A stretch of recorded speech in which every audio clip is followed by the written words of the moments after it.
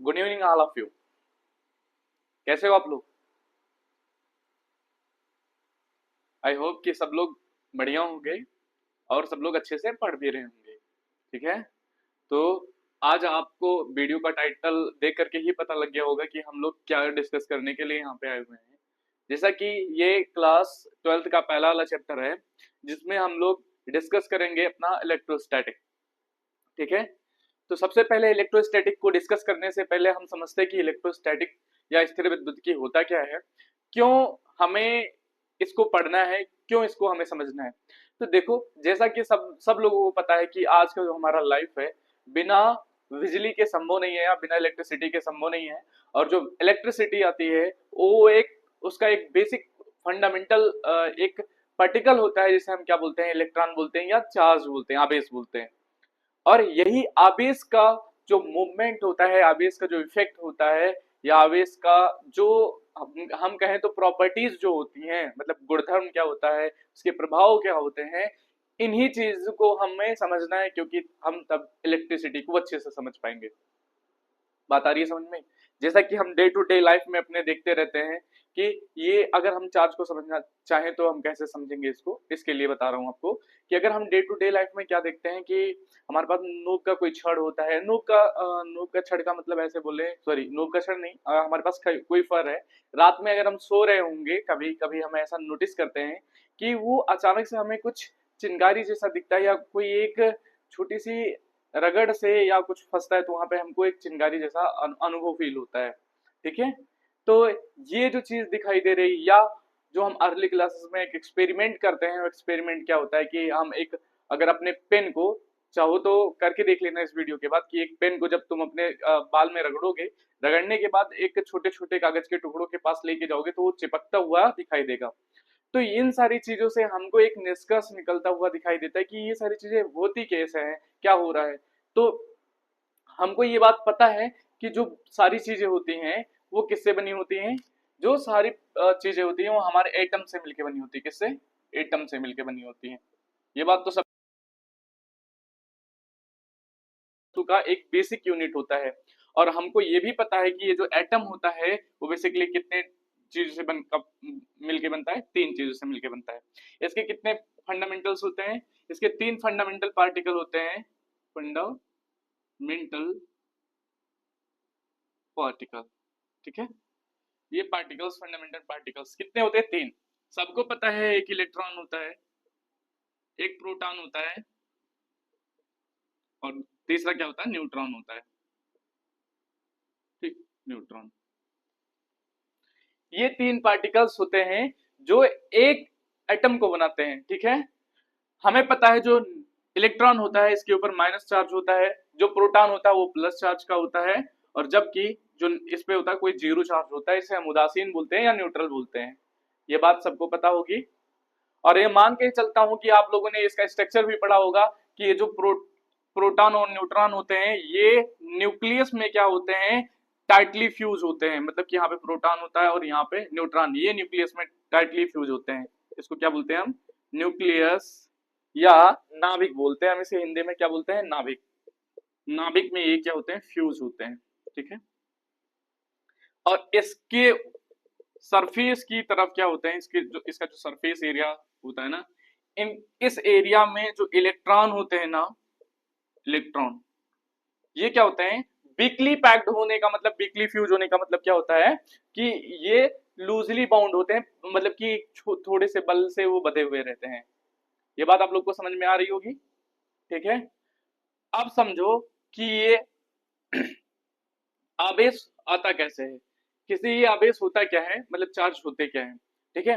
तो इसको समझने के लिए हम कौन सा चैप्टर पढ़ते हैं? इलेक्ट्रो, दो ब्रांचेज होते हैं इसको समझने के लिए। ठीक है। ठीक। अभी समझो दो ब्रांचेज होते हैं, कौन कौन? एक इलेक्ट्रो, इलेक्ट्रोस्टैटिक, और दूसरा होता है इलेक्ट्रो डायनामिक। डायनामिक। ठीक है। अब इलेक्ट्रोस्टैटिक और इलेक्ट्रोडायनेमिक में डिफरेंस क्या होता है? देखो, हम यहाँ कुल मिला के जो पढ़ रहे हैं वो आवेश के बारे में ही पढ़ रहे हैं। क्या पढ़ रहे हैं, आवेश के बारे में पढ़ रहे हैं या चार्ज के बारे में पढ़ रहे हैं। तो हमें ये जो चार्ज होता है ना, अलग अलग स्थिति में ना अलग अलग अपना प्रभाव या अपना इफेक्ट और कहें तो गुण और प्रॉपर्टीज जो होते हैं वो शो करता है। बात समझ में कि अपना इफेक्ट और अपनी प्रॉपर्टीज अलग अलग पोजीशंस में अलग अलग शो करता है। सो डैट कि हम इसको दो ब्रांचेस में बांटते हैं, इलेक्ट्रोस्टैटिक और इलेक्ट्रोडायनामिक्स। बात समझ में आ रही है। इलेक्ट्रोस्टैटिक्स में हम क्या पढ़ते हैं कि जो चार्ज होता है, अगर चार्ज स्टैटिक है मतलब रुका हुआ है, स्टैटिक है, तो इसकी प्रॉपर्टीज क्या होंगी, प्रॉपर्टीज क्या होंगी मतलब गुणधर्म क्या होंगे, हिंदी में लिखता हूं गुणधर्म। अब दोनों लैंग्वेज में समझते चलिएगा। और इसका जो प्रॉपर्टीज होगी और फिर इसके बाद क्या इफेक्ट, इफेक्ट मतलब प्रभाव, ठीक, प्रभाव। जब चार्ज स्टैटिक होगी तो इसके प्रॉपर्टीज क्या होंगे और इसका इफेक्ट क्या होगा, ये चीज हम किस में पढ़ते हैं, इलेक्ट्रोस्टैटिक में पढ़ते हैं। वही सेम चीज इलेक्ट्रोडायनेमिक्स। अगर यहाँ पे चार्ज मूविंग हो जाए मतलब कि कहीं ना कहीं वो मूव कर रही हो और मूव करने के बाद वो कौन सी प्रॉपर्टीज शो करती है, प्रॉपर्टीज, और कौन सी प्रॉपर्टीज शो कर रही है या इफेक्ट कौन सा शो कर रही है, ये चीज हम कहां पढ़ते हैं, इलेक्ट्रोडायनेमिक्स में पढ़ते हैं। तो हमारे इंटर में ये दोनों चैप्टर्स आते हैं। देखो इलेक्ट्रोस्टैटिक में कौन कौन से चैप्टर्स आते हैं, जिसमें हम चार्ज पढ़ते हैं, कूलम्ब्स लॉ पढ़ते हैं, ठीक, और विद्युत क्षेत्र इलेक्ट्रिक फील्ड पढ़ते हैं, इलेक्ट्रिक पोटेंशियल चैप्टर पढ़ते हैं। उसके बाद इसमें एक चैप्टर और आता है जिसे हम बोलते हैं कैपेसिटर मतलब धारिता। ये तीन चैप्टर्स हैं मेनली हम इलेक्ट्रोस्टैटिक में पढ़ते हैं।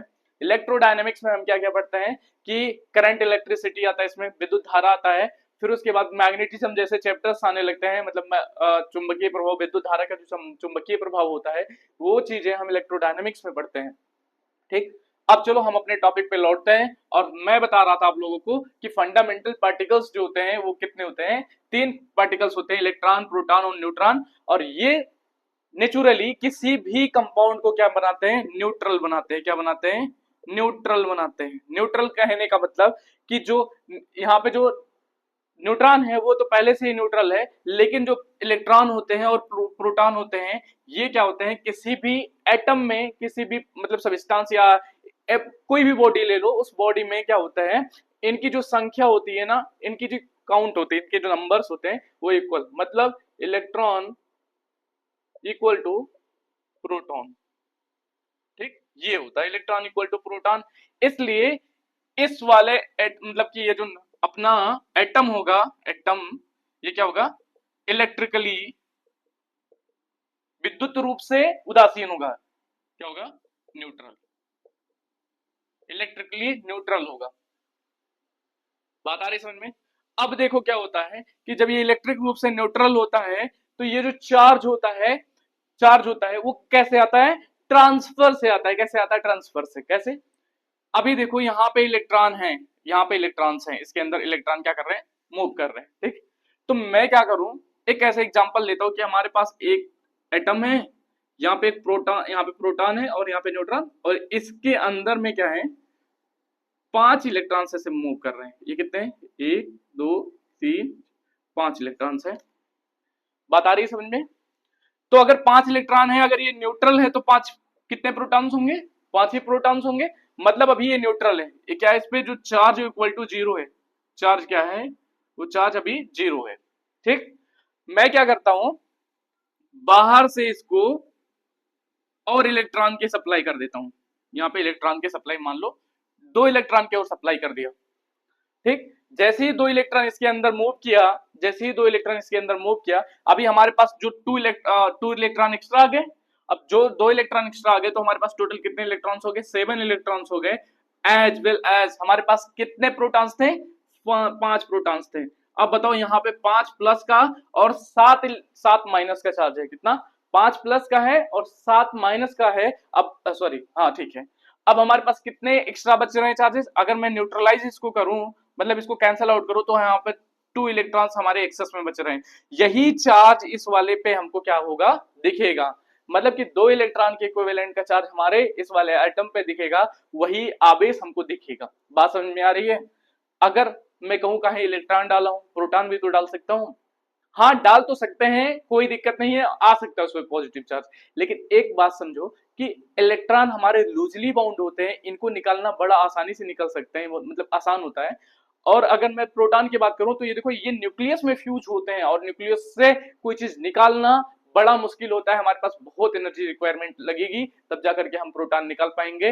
इसलिए हम प्रोटॉन का कोई कॉन्सेप्ट इसमें लेकर के नहीं चलेंगे। जो भी हमारा जो लाइटर वेट पार्टिकल होता है, इलेक्ट्रॉन होता है, इसलिए ये इलेक्ट्रॉन क्या करता है, मूव करता है। इसलिए हमारे पास एक ही चीज है, हम इलेक्ट्रॉन को निकाल सकते हैं या फिर अंदर डाल सकते हैं, यही दो काम करेंगे और यही मतलब इलेक्ट्रॉन का ट्रांसफर होगा, तभी कहीं ना कहीं से हमको चार्ज क्या होगा, दिखेगा। यहां से इलेक्ट्रॉन एक्स्ट्रा है, मान लो यहां से वही 5 इलेक्ट्रॉन में से 2 इलेक्ट्रॉन चले गए, यहां से 2 इलेक्ट्रॉन क्या हो गए, चले गए, तो हमारे पास कितने इलेक्ट्रॉन बचे, टोटल 3 इलेक्ट्रॉन्स बचे और हमारे पास कितने प्रोटॉन्स हैं, 5 प्रोटॉन्स है। अब इसको न्यूट्रलाइज करोगे तो तुम्हें देखोगे कि 2 प्लस का एक्सेस मिल रहा होगा, तो यहाँ पे 2 प्लस आएगा। मतलब कि यही प्रोसेस होता है जिससे हम चार्ज लेके चले जाते हैं कहीं ना कहीं से। बात समझ में आ रही है? अभी क्या करते हैं, हम इसको मिटाते हैं, ठीक है। एक बार इसका स्क्रीनशॉट ले लो, फिर मैं आगे बढ़ता हूँ, फिर एक्सप्लेन करता हूँ इस चीजों को।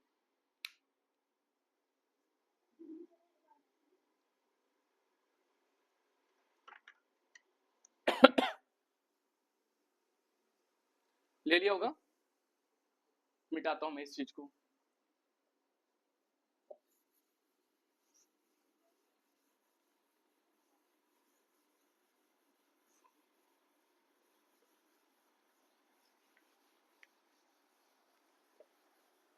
ये वाली क्लास पूरा चार्ज पे रहने वाली है, तो जिसमें हम चार्ज के बारे में पूरा अच्छे से समझने वाले हैं। तो सबसे पहले हम हेडिंग डालेंगे चार्ज, या हिंदी में आवेश। क्या होता है,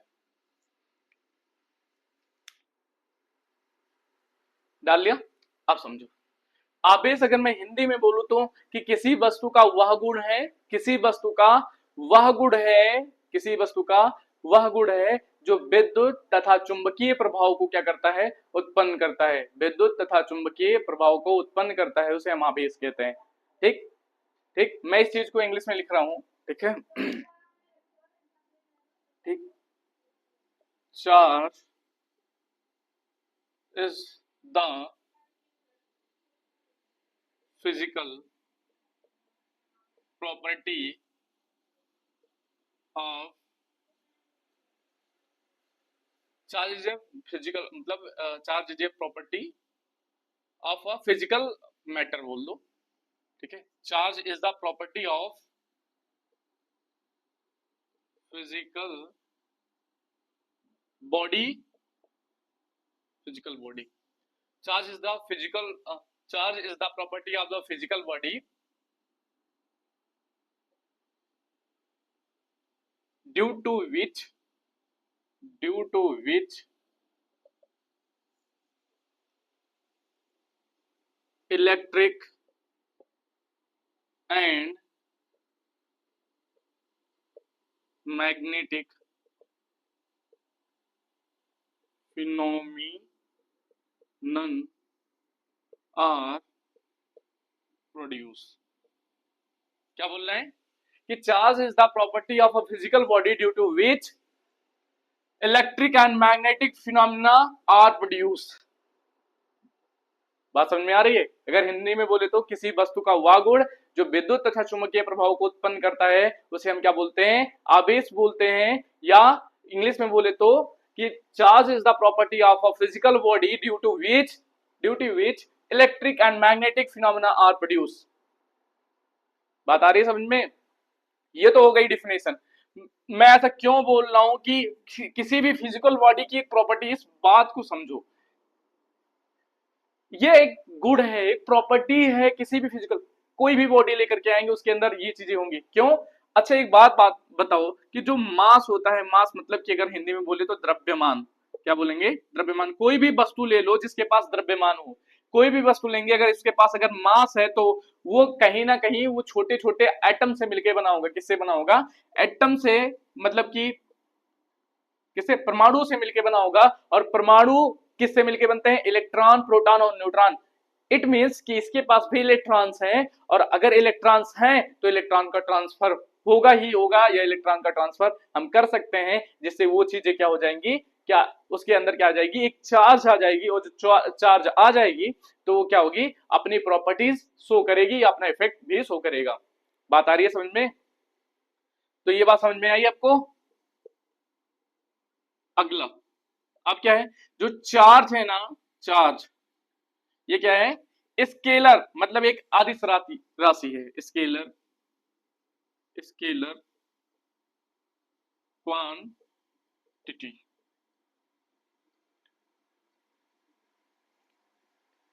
क्वांटिटी, स्केलर क्वांटिटी है, ठीक है। मतलब हिंदी में बोले तो अदिश राशि, अदिश राशि। आप लोगों ने वेक्टर पढ़ा होगा क्लास 11th में, जो फिजिक्स एक चैप्टर आता है वेक्टर, जिसमें हम पढ़ते हैं स्केलर क्वांटिटी क्या होते हैं, वेक्टर क्वांटिटी मतलब अदिश राशि क्या होती है और सदिश राशि क्या होती है।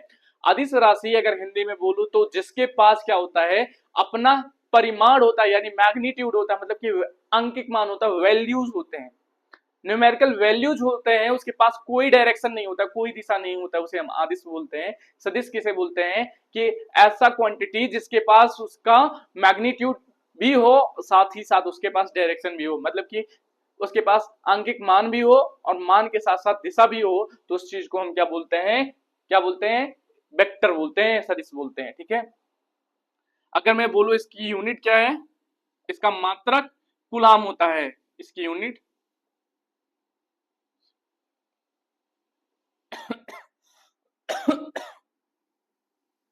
कूलाम होता है। बात आ रही समझ में? ये चीज तो हो गई हमारी किसके बारे में, चार्ज के बारे में।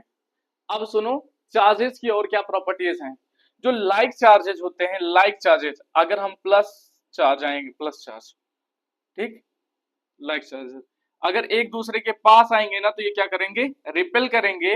अगर अनलाइक चार्जेस हो गए, माइनस चार्ज और प्लस चार्ज, मतलब क्या हो गए, प्लस चार्ज, तो एक दूसरे को क्या करेंगे, अट्रैक्ट करेंगे। ये बात समझ लेना कि रिपेल करते हैं, एक दूसरे को अट्रैक्ट करते हैं। अब हम बोलेंगे टाइप ऑफ चार्जेस, ठीक है। तो टू टाइप के चार्जेस होते हैं, टाइप ऑफ चार्ज मतलब आवेशों के प्रकार। कितने प्रकार के होते हैं आवेश? बेसिकली ये दो प्रकार के होते हैं। पहला पॉजिटिव बोले तो, पॉजिटिव यानी धनात्मक, धनात्मक, और दूसरा क्या होता है, निगेटिव यानी ऋणात्मक, ऋणात्मक, ऋणात्मक आवेश, ठीक है। इसका स्क्रीनशॉट लो, हो गया। आगे डिस्कस करते हैं।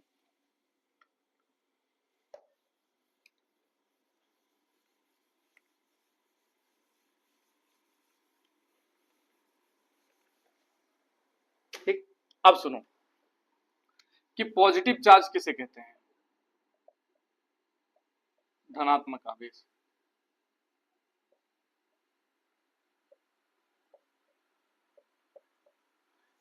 ठीक, कॉन्सेप्ट लेक्चर है ये, आराम से समझना इसको, ठीक है। बस हमें अपनी अंडरस्टैंडिंग बिल्ड करनी है इस चीज को लेकर के, ठीक है। इससे हमारे कोई क्वेश्चंस आने वाले नहीं है, हाँ, लेकिन हो सकता है स्टेटमेंट बेस्ड क्वेश्चन या एमसीक्यू क्वेश्चन पूछ लिया जाए। हमारे बोर्ड के पर्सपेक्टिव से यहाँ से कोई क्वेश्चन बहुत ज्यादा सच बनते नहीं है। बात आ रही है समझ में? तो जो पॉजिटिव चार्ज होती है तो हम इसको ऐसे समझ लेंगे। अभी तक हमको ये बात तो समझ में आ गई है, ओनली हमारे पास एक ही मतलब ये तरीका है कि हम इलेक्ट्रॉन का ट्रांसफर करेंगे, तभी हमारे पास कोई ना कोई बॉडी क्या होगी, चार्ज होगी। इलेक्ट्रॉन का ट्रांसफर होगा तभी बॉडी क्या होगी, चार्ज होगी, नहीं तो नहीं होगी। हमारे पास एक ही ऑप्शन है कि इलेक्ट्रॉन का ही ट्रांसफर करना है। सपोज करो कि हमारे पास एक बॉडी है, ठीक है, क्या हमारे पास एक बॉडी है, एक वस्तु बोल सकते हैं इसे, ठीक, ये हमारे पास बॉडी है। ये बॉडी अगर कोई मैं बॉडी दे रहा हूं तो सबको पता है कि ये क्या होगी, उदासीन होगी, उदासीन।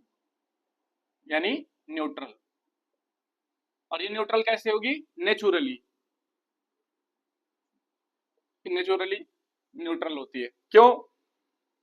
क्योंकि इलेक्ट्रॉन्स इक्वल टू प्रोटॉन्स, ये चीज होती है। इलेक्ट्रॉन बराबर प्रोटॉन्स होता है। ठीक, अब मेरी बात सुनो, यहाँ पे हमारा न्यूक्लियस होगा, यहाँ प्रोटॉन है, यहाँ न्यूट्रॉन, यहाँ पे इलेक्ट्रॉन्स क्या कर रहे हैं? मूविंग है। ठीक, अब मैं क्या करता हूं, पॉजिटिव चार्ज लाना है। इट मींस कि क्या है कि यहां से मैं अगर इलेक्ट्रॉन्स को क्या कर दूंगा? बाहर कर दूंगा। यहां से ये इलेक्ट्रॉन्स क्या कर रहे हैं? बाहर निकल रहे हैं। इलेक्ट्रॉन्स क्या कर रहे हैं? धीरे धीरे इस बॉडी से बाहर निकल रहे हैं। इलेक्ट्रॉन्स बाहर निकल रहे हैं, इसका मतलब क्या है? देखो, पहले इनिशियल कंडीशन देखो कि जो हमारे चार्जेस थे, कौन वाले? प्लस वाले और माइनस वाले, दोनों इक्वल थे। लेकिन क्या हुआ कि कुछ टाइम बाद में ये इलेक्ट्रॉन्स क्या कर रहे हैं? यहां से रिमूव कर जा रहे हैं, मतलब निकल रहे हैं। सोचो कि इतने इलेक्ट्रॉन्स अगर निकल जाएंगे तो इक्वल में से अगर वो चीज निकलेगी तो कम हो जाएगी ना। बात समझ में आ रही है? बेसिक सोचो कि अगर जितने हैं हमारे पास उसमें से अगर हम कुछ निकाल दें, सपोज करो हमारे पास 10 रुपए है, 10 में से हमने 4 रुपए बाहर निकाल दिए, तो हमारे पास कितने बचे? 6 रुपए बचे।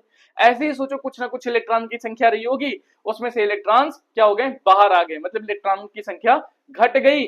अब क्या हो गया? अब प्रोटॉनों की संख्या उसके हिसाब से, मतलब प्लस चार्जेस क्या होंगे? बढ़ गए।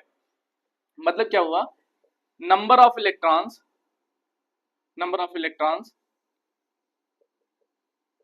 क्या कर गए? डिक्रीज कर गए। क्या कर गए?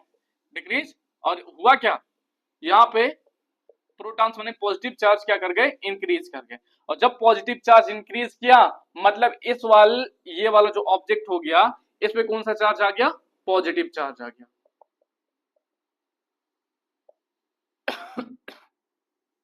क्या आ गया? पॉजिटिव चार्ज आ गया। कि वहां से इलेक्ट्रॉन्स क्या कर दिए? रिमूव कर दिए। और जैसे ही इलेक्ट्रॉन रिमूव हुआ, कौन सा अधिक हो गया? प्रोटॉनों की संख्या ज्यादा हो गई। और प्रोटॉनों की संख्या ज्यादा होने से वो वाला जो वस्तु रहा, इस वाले वस्तु पे कौन से चार्जेस दिखने लगे? ज्यादा। इस वाले वस्तु पे हमको दिखने लगे कि धनात्मक आवेश सबसे ज्यादा हो गया। तो इलेक्ट्रॉन की जब कमी होती है किसी वस्तु में, क्या होता है? इलेक्ट्रॉन रिमूव होते हैं किसी बॉडी से, इलेक्ट्रॉनों की कमी होती है, तो क्या होता है? वो ऑब्जेक्ट धन आवेश ग्रहण करता है, यानी उसके पास कौन सा चार्ज आ जाता है? पॉजिटिव चार्ज आता है। ये बात समझ में आ गई होगी। सेम। अब चलो निगेटिव हम देखते हैं। यहां पे निगेटिव चार्ज, ठीक, निगेटिव चार्ज यानी ऋण आवेश।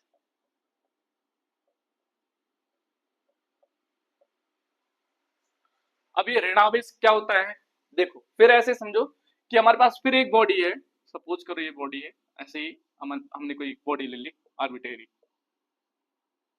वही कंडीशन, न्यूट्रल, उदासीन रहेगा, और वो भी नेचुरली।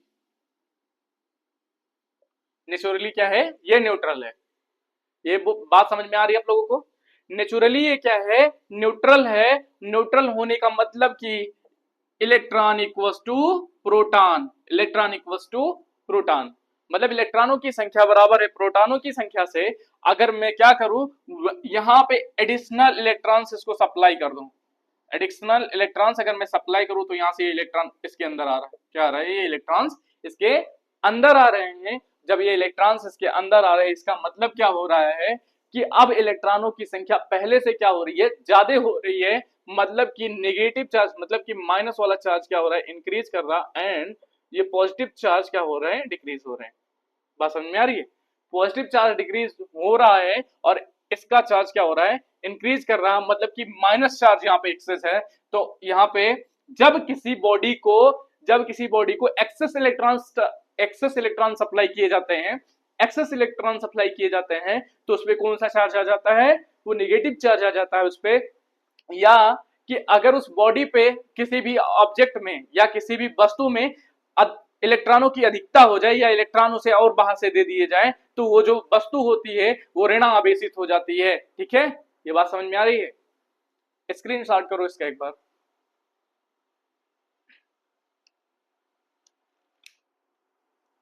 बात समझ में आ रही है? ठीक।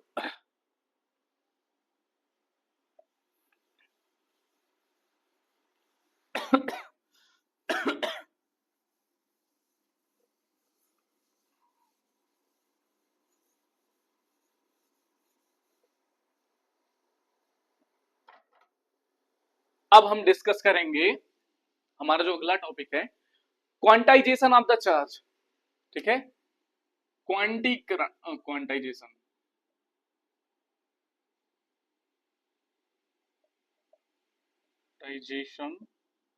ऑफ चार्ज मीन्स, हिंदी में बोले तो क्वांटीकरण।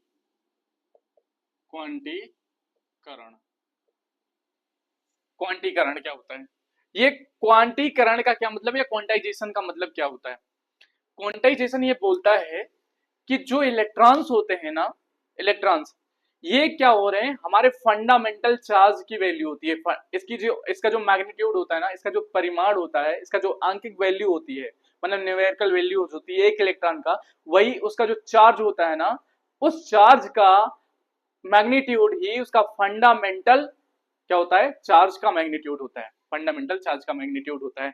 और ये कहता है कि उस फंडामेंटल चार्ज की वैल्यू के इंटीजर मल्टीपल, कौन से मल्टीपल, जो इंटीजर मल्टीपल्स होते हैं ना, उसका मल्टीपल ही निकलता है किसी भी इलेक्ट्रॉन्स, मतलब किसी भी बॉडी से, या उस बॉडी में इंटर करता है या उस बॉडी से निकलता है। कहने का मतलब अभी समझ में आ जाएगा कि हमारे पास एक बॉडी है, ठीक, वही सेम कंडीशन, न्यूक्लियस होगा, यहाँ पे इलेक्ट्रॉन्स होंगे।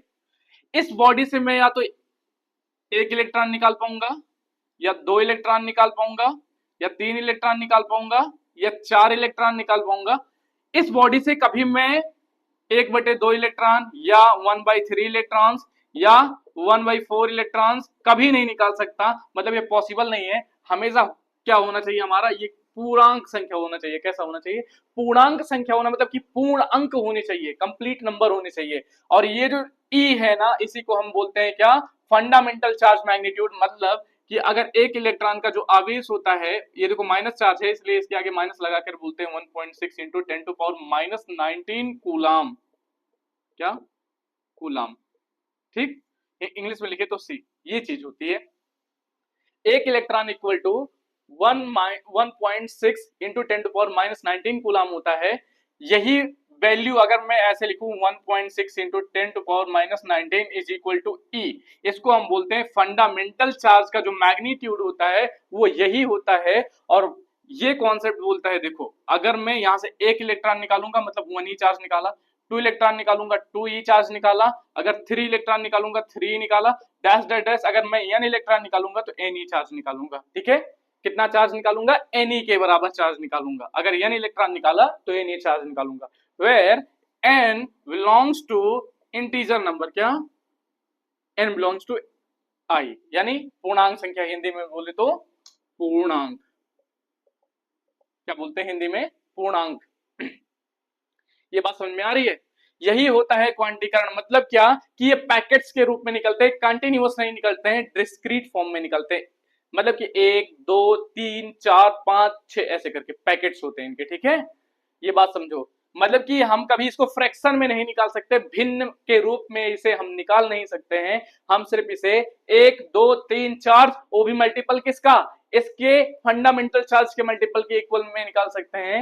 इसीलिए हम, अगर मैं Q की फार्मूला दूं, Q अगर एक फार्मूला दूं, मतलब कितना चार्ज निकाला हमने, तो ये वाला फार्मूला बनता है n into e, where n belongs to integer number, मतलब क्या है? एक पूर्णांक संख्या है। ये बात समझ में आ रही है आप लोगों को? Q का मान यहां से निकालते हैं। ठीक है, चलो एक क्वेश्चन इस पे करते हैं और उस क्वेश्चन को करके आप लोगों को दिखाता हूं कि इस पे कैसे सवाल बनते हैं। ठीक है, चलो एक बार स्क्रीनशॉट लो इसका।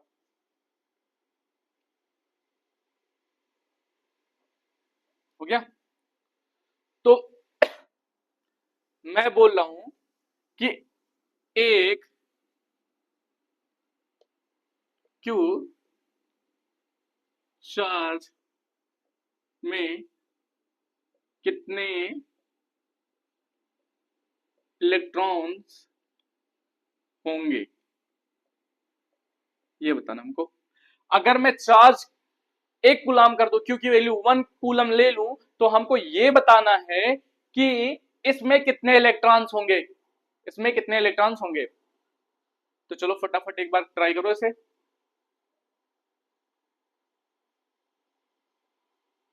कर लिया होगा। अब मैच करो। मैं बोला क्या कि Q की वैल्यू 1 लेना है, ठीक है, और N तो हमको फाइंड आउट करना है कि नंबर ऑफ इलेक्ट्रॉन्स, और हमने बताया कि E की जो वैल्यू होती है 1.6 इंटू 10⁻⁻19 कूलम होती है। ये बात समझ में आ रही है? अगर मैं इसको इधर ट्रांसफर करूं तो N equals to 1/1.6 into 10⁻⁻19 coulomb. अगर इसको तुम सॉल्व करोगे तो आएगा 6.25 इंटू 10⁻18 इलेक्ट्रॉन्स।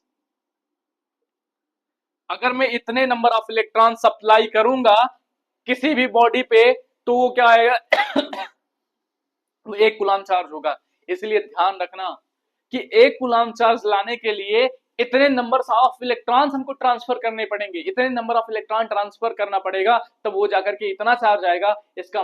इसीलिए इस वाले चैप्टर में हमको जो वैल्यूज दिखेंगे न्यूमेरिकल्स करते टाइम हमको माइक्रो कूलम, मिनी कूलम, यही सब कूलम देंगे। हम इतना तो समझ जाओ 1 कूलम बहुत बड़ी वैल्यूज होती हैं, बहुत बड़ी वैल्यू होती है, ठीक है, बात समझ में आ रही है?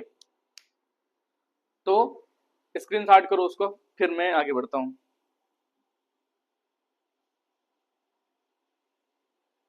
कर लिया होगा?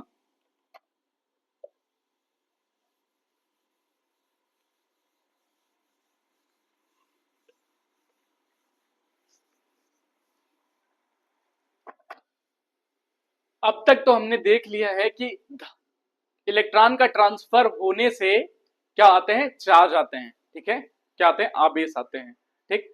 तो अब एक हेडिंग और पढ़ेंगे, उसके आगे हम फिर चार्जिंग मेथड डिस्कस करेंगे कि कैसे कैसे इलेक्ट्रॉनों का हम ट्रांसफर कर सकते हैं जिससे हमारे पास आवेश आएगा। तो हेडिंग है अब की हमारे पास कि charging of charging of charging of conductor, sorry, metallic and non metallic body. मतलब क्या? धात्विक तथा आधात्विक, धात्विक तथा आधात्विक वस्तुओं का आवेशीकरण, क्या वस्तुओं का आवेशीकरण हम कैसे करते हैं सब। तो इसमें हम क्या देखते हैं, सबसे पहले देखो मेटल बॉडी, ये क्या बिहेवियर दर्शाता है। हमारे पास सपोज करो कि एक मेटल है, क्या है हमारे पास एक मेटल बॉडी है, और ये मेटल बॉडी में क्या होता है, एक जो धात्विक वस्तु होती है, धात्विक बॉडी होती है, इसमें इलेक्ट्रॉन्स क्या होते हैं, फ्री इलेक्ट्रॉन्स होते हैं।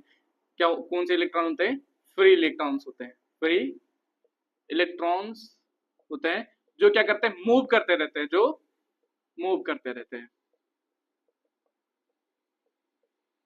बात समझ में? अब क्या होगा, जब भी मैं यहाँ इलेक्ट्रॉन दूंगा इसे, या कोई भी इलेक्ट्रॉन सप्लाई किया, इलेक्ट्रॉन जो भी इस पे चार्ज दूंगा, मान लो इस पे हमने कौन सा चार्ज दिया, इलेक्ट्रॉन दिया, मतलब माइनस का चार्ज दिया, क्या दिया, माइनस का चार्ज दिया, तो ये चार्ज क्या करेगा, इसका जो वॉल्यूम होगा ना, इसके वॉल्यूम में, क्या इसके आयतन में, हिंदी में लिखूं तो आयतन में, आयतन में, ठीक, इसके आयतन में, ठीक, क्या होती है, चार्ज की डिफिशियंसी होती है, मतलब चार्ज, CHAR, चार्ज की कमी हो जाती है। इसके आयतन में चार्ज की क्या होती है, कमी हो जाती है, और इस कमी के कारण क्या होता है, ये जो बाहर का चार्ज होता है ये कहां दिखने लगता है, हमें सरफेस पे दिखने लगता है, कहां, इसकी सतह पे दिखने लगता है। ध्यान में रखना, ये बात हमको ध्यान में रखनी है कि जब भी हम किसी भी मेटालिक बॉडी को, किसी भी धात्विक वस्तु को अगर इलेक्ट्रॉन हम दे रहे हैं, कोई भी इलेक्ट्रॉन दें या धनात्मक चार्ज दें, कोई भी आवेश देंगे, तो वो आवेश हमको कहां दिखेगा, उसके सतह पर दिखेगा, कहां दिखेगा, उसके सतह पर दिखेगा। बात समझ में आ रही है? वो क्या होता है, उसके सतह पर दिखता है, वो रिपल्सन करके एक दूसरे से कहां पहुंच जाते हैं, सतह पर पहुंच जाते हैं। यहाँ पर रिपल्सन का बहुत तगड़ा होता है, और इस रिपल्सन के कारण ये दोनों, तो मतलब कि जितने भी इलेक्ट्रॉन्स होते हैं सारे कहां पहुंच जाते हैं, सतह पे पहुंच जाते हैं। बात आ रही है समझ में? अब सुनो, नॉन मेटेलिक में क्या होता है।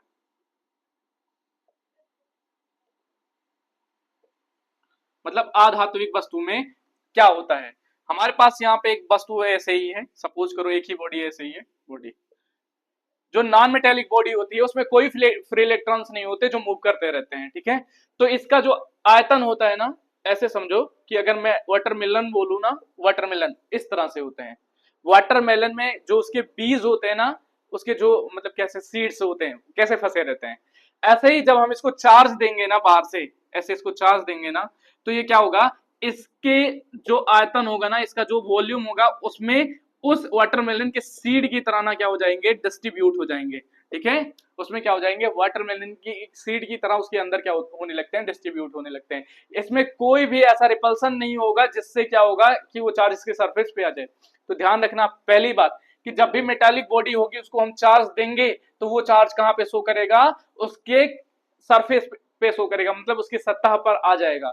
अगर कोई हमारी नॉन मेटालिक बॉडी होती है तो उसका आयतन जो होता है, उसके आयतन मतलब उसके वॉल्यूम में ये चार्जेस डिस्ट्रीब्यूट हो जाते हैं, जबकि इसमें कोई वॉल्यूम में चार्ज डिस्ट्रीब्यूट नहीं होता है। बात आ रही है समझ में आप लोगों को? ठीक, तो चलो नोट करो। अभी हमने देख लिया चार्जिंग ऑफ मेटालिक और नॉन मेटालिक बॉडी, मतलब कि चार्ज जाएगा तो कैसा होगा। अब हम ये देखते हैं कि हम चार्जिंग कैसे कर सकते हैं इनको, ठीक है।